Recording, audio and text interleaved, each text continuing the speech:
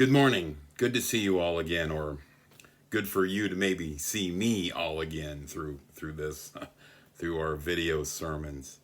Um, it's um, it's still kind of weird getting used to this.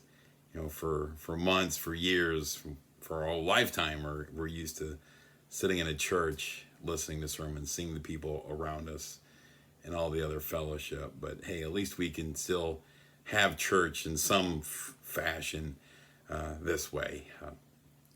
Before I forget, one thing I have forgotten to mention in previous weeks is since we don't have a bulletin where it lists, prayer concerns, and we don't really share prayer concerns through this format, I just want to remind all of us, if we know someone who's in a need, whether it be related to the virus or not, just pray for them, and if you can do something for them, do whatever you can.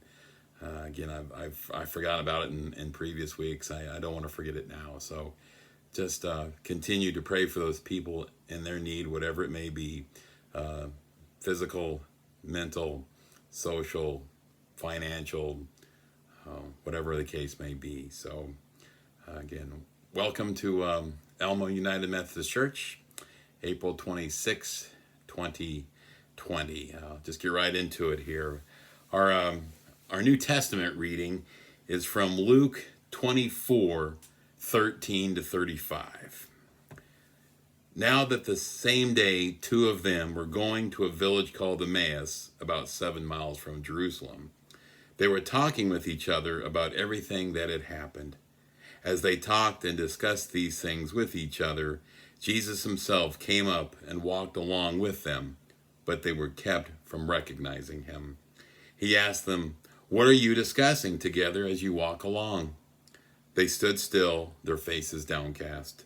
One of them, named Cleopas, asked him, "Are you the only one visiting Jerusalem who does not know the things that have happened there in these days?" "What things?" he asked. "About Jesus of Nazareth," they replied. "He was a prophet, powerful in word and deed before God and all the people.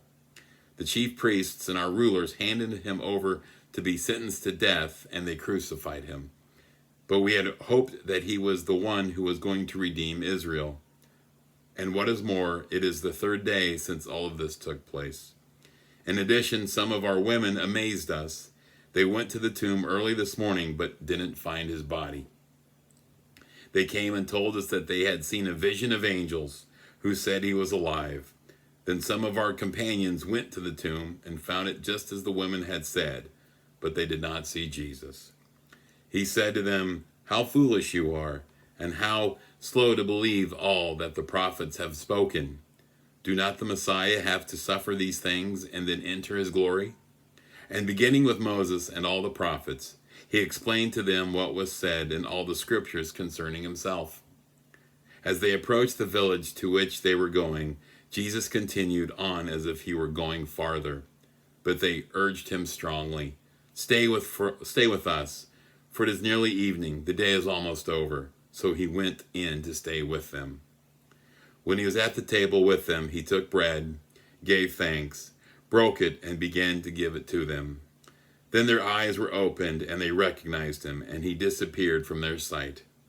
They asked each other, "Were not our hearts burning within us while he talked with us on the road and opened the scriptures to us?" They got up and returned at once to Jerusalem. There they found the 11 and those with them assembled together and saying, "It is true, the Lord has risen and has appeared to Simon." Then the two told what had happened on the way and how Jesus was recognized by them when he broke bread. This is the word of the Lord. In that scripture, there is a reference to a communion. And even though we're not able to have communion, since we're not in church and the elements have not been blessed, I encourage you to have a love feast. The next time you do eat, when you pray, just think of communion and what Jesus meant for us during that time. It's the best thing we can come up with, communion, until we meet again. Let's continue. I want to review the first 4 verses of the New Testament again. Now that the same day two of them were going to a village called Emmaus, about 7 miles from Jerusalem. They were talking with each other about everything that had happened. As they talked and discussed these things with each other, Jesus himself came up and walked along with them, but they were kept from recognizing him. He asked them, "What are you discussing together as you walk along?" Stop. Look deeper into that last line. For those who have said our faith is a journey, I can't think of a better series of scriptures that depicts that. Personalize verse 17. What are we discussing together as we walk along? That's the beauty of our faith. We each have a different story to tell, a different path for all of us, but leads to the same destination. I'm reminded of a church I attended when we lived in Colorado, before Iowa. The adult Sunday school class leader encouraged all of us to write our faith journey in about a page length and to share with the rest of the class. He wanted just a few people to tell their story over consecutive Sundays. I eventually had the courage to tell my story. I was raised in the Missouri Synod Lutheran Church, but faith never hit me until my confirmation class, which lasted my 8th grade school year. It was in more of an educational setting, but still faith nonetheless. Palm Sunday was the conclusion of our class, as all of us contributed words to create the service. After that, my faith has been molded by experience. Looking back, since then my journey has metaphorically been an interstate highway. Maybe it's been that way for all of us. Just imagine I-29 from Rockport to Kansas City. The more we're on the drive, the more we learn, follow Christ, and encourage others to be on the road with us. But, as we know, interstates have exits. I admit some of my past decisions and actions have not been Christ-like, which made me get off the road at times. I like to call that my sins. But there is always a way to get back onto the road. But how do we continue and further develop our faith? Those entrance ramps could be a person or place for us to remind us of our faith and our need to ask for forgiveness of sins and to continue our journey. A couple of people who have been my reminder have been my best friend's parents, who live in Colorado, and I've known since middle school.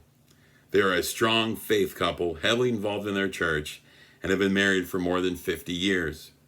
They always showed me genuine interest and love when I first met them when I was 14, after high school graduation, in my early 20s, and even today when I see them a couple of times a year. Something they say or do, maybe they don't even know what they said or did, influenced me to ask for forgiveness of my sins and continue with my journey to get back on the interstate. I hope one day I can be that kind of person to somebody else. I hope we all can be that kind of influence on other people. If we can't immediately think of someone like that, there are always people in the Bible and their journey that will help. Take Paul's missions trips in Acts as a great example. Acts 27, Paul sails for Rome. When it was decided that we would sail for Italy, Paul and some other prisoners were handed over to a centurion named Julius, who belonged to the imperial regiment. We boarded a ship from Adrenium about to sail for ports along the coast of the province of Asia, and we put out to sea. Aristarchus, a Macedonian from Thessalonica, was with us. The next day we landed at Sidon, and Julius, in kindness to Paul, allowed him to go to his friends so they might provide for his needs. From there we put out to sea again and passed to the lee of Cyprus because the winds were against us. When we had sailed across the open sea off the coast of Sicilia and Pamphylia, we landed at Myra in Lycia. There the centurion found an Alexandrian ship sailing for Italy and put us on board.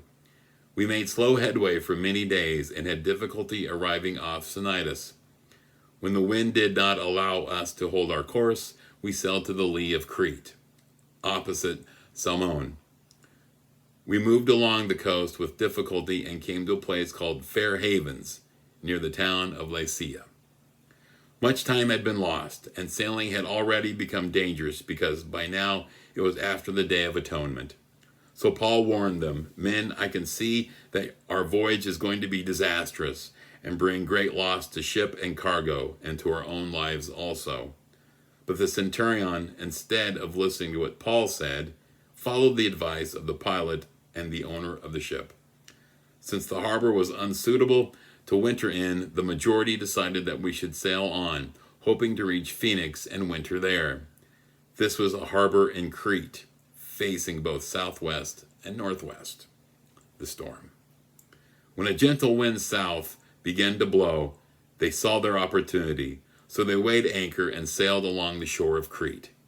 Before very long, a wind of hurricane force, called the northeaster, swept down from the island. The ship was caught by the storm and could not head into the wind, so we gave way to it and were driven along. As we passed the lee of a small island called Cadua, we were hardly able to make the lifeboat secure, so the men hoisted it aboard. Then they passed ropes under the ship itself to hold it together, because they were afraid they would run aground on the sandbars of Syrtis. They lowered the sea anchor and let the ship be driven along. We took such a violent battering from the storm that the next day they began to throw the cargo overboard. On the third day, they threw the ship's tackle overboard with their own hands. When neither sun nor stars appeared for many days and the storm continued raging, we finally gave up all hope of being saved. After they had gone a long time without food, Paul stood up before them and said, "Men, you should have taken my advice not to sail from Crete. Then you would have spared yourselves this damage and loss. But now I urge you to keep up your courage, because not one of you will be lost, only the ship will be destroyed." Last night an angel of the God to whom I belong and whom I serve stood beside me and said, "Do not be afraid, Paul. You must stand trial before Caesar, and God has graciously given you the lives of all who sail with you. So keep up your courage, men, for I have faith in God that it will happen just as he told me. Nevertheless, we must run aground on some island." Paul recounts his mission trips. 3 times I was beaten with rods. Once I was pelted with stones. 3 times I was shipwrecked. I spent a night and a day in the open sea. I have been constantly on the move. I have been in danger from rivers, in danger from bandits, in danger from my fellow Jews, in danger from Gentiles, in danger in the city, in danger in the country, in danger at sea, in danger from false believers. I have labored and toiled and have often gone without sleep. I have known hunger and thirst and have often gone without food. I have been cold and naked. That's 2 Corinthians 11. Paul recaps some of his mission trips in Acts. When the church was worshiping and fasting in Antioch, the Holy Spirit marked Paul and Barnabas for a unique missionary journey. The journey was to start at the port city of Antioch and head to the island of Cyprus, Barnabas' home. After a brief stay in Antioch, Paul set off again to Asia Minor. He started by strengthening the believers in Galatia against the Jewish brethren who were stirring up controversy around the law, but then he headed back to Ephesus. As the prophecy suggested, Paul was captured and sent to Rome. The book of Acts ends before Paul's complete story was told, and Paul was beheaded by Nero sometime in the year 64 or 65. All told, Paul's missionary journeys took him over 10,000 miles and lasted about 9 years. His commitment to the gospel helped spread God's message. Oh, wow. Thank you for listening, trying to highlight and abbreviate Paul's trips. But I read all of that with a purpose, to illustrate how much our journeys, like Paul's, are faced with stress, trouble, uncertainty, lacking of things, and too much of things we don't want. But Paul was motivated through all of that to still spread God's message. We need to have the same motivation of sharing the good news with others. How many of us are on similar journeys? I like to think we are still on one, but we're not yet at our destination. Part of my journey is being part of the Elmo United Methodist Church. The storm was a surprise to Paul. Being asked to contribute to Elmo was a surprise for me. I can't thank Daryl enough for reaching out and asking me to speak every so often before Destiny and I were asked to be here for you on Sundays. One thing I have noticed since her and I have recorded our sermons and put them on Facebook or YouTube is the people who have watched our work. Now I'll speak for Destiny and say thank you for letting us be part of your journey.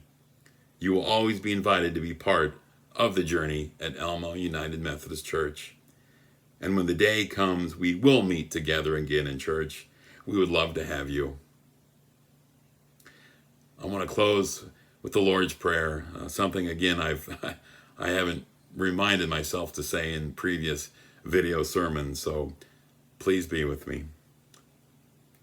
Our Father, who art in heaven, hallowed be your name. Thy kingdom come, thy will be done, on earth as it is in heaven. Give us this day our daily bread, and forgive us our trespasses, as we forgive those who trespass against us. And lead us not into temptation, but deliver us from evil. For thine is the kingdom, and the power, and the glory forever. Amen. Again, thank you for spending a few minutes to listen and watch this sermon. Again, I'm gracious that we have this kind of technology to continue our faith journey. And I just ask you to stay safe, be well, and if anything is needed through the church that I can do or assist with, don't be afraid to call me. Even though we're not in the same building, you're still close enough to me that I still want to be a part of the church. So please keep in touch. Now the Lord bless you and keep you. The Lord make his face shine upon you and be gracious to you. The Lord lift up his countenance upon you and give you peace.